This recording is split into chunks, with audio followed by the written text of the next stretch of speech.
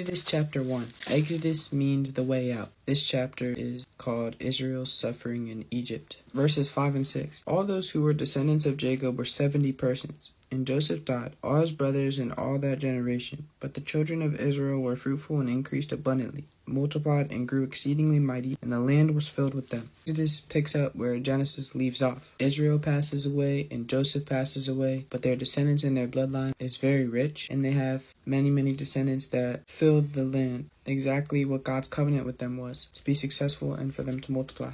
Verses 8, 9, and 10. Now there arose a new king over Egypt who did not know Joseph, and he said to his people, Look, the people of the children of Israel are more and mightier than we. Come, let us deal shrewdly with them, lest they multiply, and let it happen in the event of war that they also join our enemies and fight against us, and so go up out of the land. So remember the really awesome Pharaoh from Genesis? There's a new Pharaoh, and he's nowhere near as good. He sees Israel's descendants and his bloodline as a threat to his power. And basically, he's racist because he's assuming that they're a threat to him and they're going to strike against him. I like how verse 8 says, There arose a new king over Egypt who did not know Joseph. If he would have known Joseph and known how great of a person he was and how awesome his family was, he probably would have had different thoughts about these people. Instead, he makes them his slaves. Verse 12. The more they afflicted them, the more they multiplied and grew. And they were in dread of the children of Israel. God still protected them. The more they were afflicted, the more they faced adversity, they grew stronger and stronger because of it. One, because adversity can sometimes give you life experiences that you wouldn't have if your life was easy all the time. If your life was easy all the time, you wouldn't learn any life lessons. So that's why sometimes we have to struggle to learn and get closer to God. And two, because God was there to protect them. The Egyptians and Pharaoh continue to try to make things bad for the children of Israel. Verses 15 and 16. Then the king of Egypt spoke to the Hebrew midwives, of whom the name of one was Shiphrah, the name of the other Puah.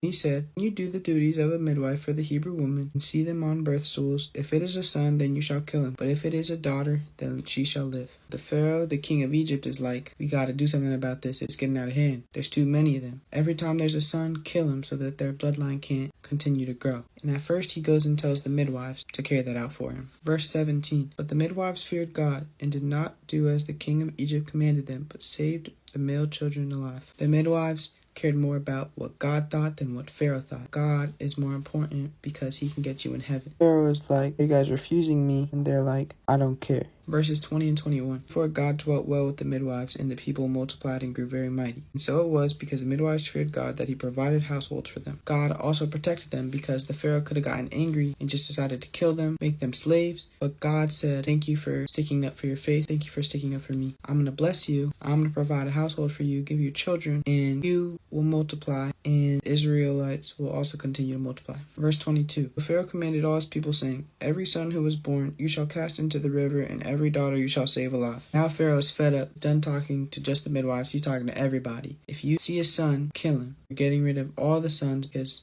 I truly hate the people, the children of Israel. So I'd say the main idea of this chapter is that sometimes people are going to jump to conclusions about you. People are going to judge you without truly getting to know you. But you can't let that bother you. You can't let that affect you, because the only person whose opinion of you matters is God. And if God has a good opinion of you because you work hard to be a good person and to be with God, then you don't have to worry. You will be perfectly fine and blessed because God wants to be with you and he wants to take you to heaven. That's all I have. Thank you for watching.